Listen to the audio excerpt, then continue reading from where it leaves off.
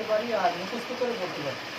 স্কুলে লিখতে পারি না ইদানিং এরকম বড় বস্তু দিয়ে অনেকে আমাকে ডাকছে, বসাচ্ছে, বসবো না, ব্যাপারটা কোনো ডিস্টার্ব নেই, বসি বরং কিছু ভালো লাগে কিছু করি।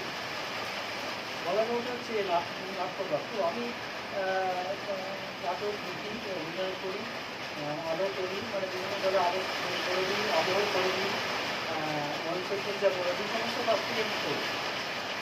রাধিকা ফেস্টিভ্যাল, অনেক ফেস্টিভ্যালে, আর আমার প্রথম লেখা নাটক রাধিকা অনেক ফেস্টিভ্যাল হচ্ছে, এটা আমার কাছে অনেক, আমার জন্য খাতা পরিচিত।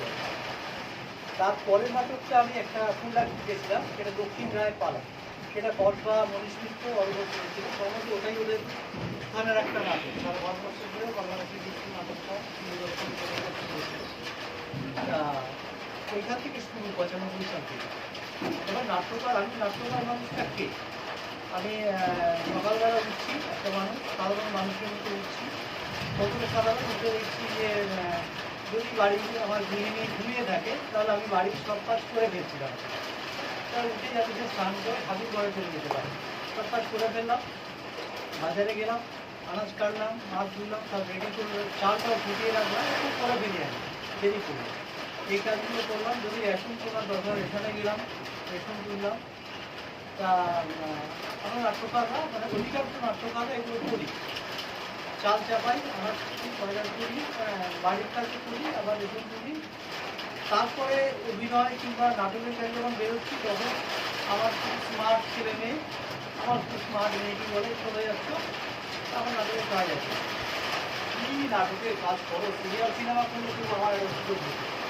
হ্যাঁ, কি আমি কিন্তু নাটক, অধিকাংশ নাট্যকার বলবে না, আমি বলছি ব্যাপারটা এই জায়গায় জানা। হ্যাঁ, যদি আমার মেয়ে অবশেষে থিয়েটারে এসছে রিসেন্ট এক্সামের পাস হওয়ার পর, এক্সামের পাস হওয়ার পর জাস্ট থিয়েটারে এসছে। এরকম একটা মানুষ এই সমাজের একেবারে নিচতলা থেকে সমস্ত রকম মানে কালার দেখতে দেখতে উঠে আসা একটা মানুষ নাটক দেখে। অনেক বড় যারা হয় পুরস্কার পায় তাদের মতো আলাদা, আমরা যারা নাটক লিখছি আমরা আমি পুরস্কার মতো অনেক লিখেছি, ওটাকে পূর্ণাঙ্গ লিখেছি। তা নাটক লিখতে গেলে কী করবো, আমার কি বাড়ির পরিবেশ সেই বিষয়গুলো নিয়ে নাটক লিখবো, এটা একটা প্রশ্ন। তারপরে সামাজিক অবস্থান, রাজনৈতিক অবস্থান, হ্যাঁ, এটা আমার বন্ধ হয়ে যাবে, আর পড়াশোনা করতে গেলে কমে যাবে। তাহলে রাজনৈতিক নাটকও আমি দেখতে পাচ্ছি না, তাহলে ভীষণভাবে আবার ফিরে আসছি না, এগুলো নিয়েও লেখা যায়। কিন্তু আমাদের সবচেয়ে মনে হয় রাজনৈতিক নাটক দেখতে পারি, সেটার কারণে এত খারাপ কাজ হচ্ছে, অর্থনৈতিক বিপর্যয় তৈরি করেছে রাজনীতি, তাকে বলার নেই। কারণ আমার একটা ছোটো ঘর নষ্ট হয়ে যাবে, বাড়ির লোকরা করতে পারে, সেই সংস্থা করতে পারে, এসব এই পরিস্থিতির মধ্যে দিয়ে নাটক লেখা চলছে।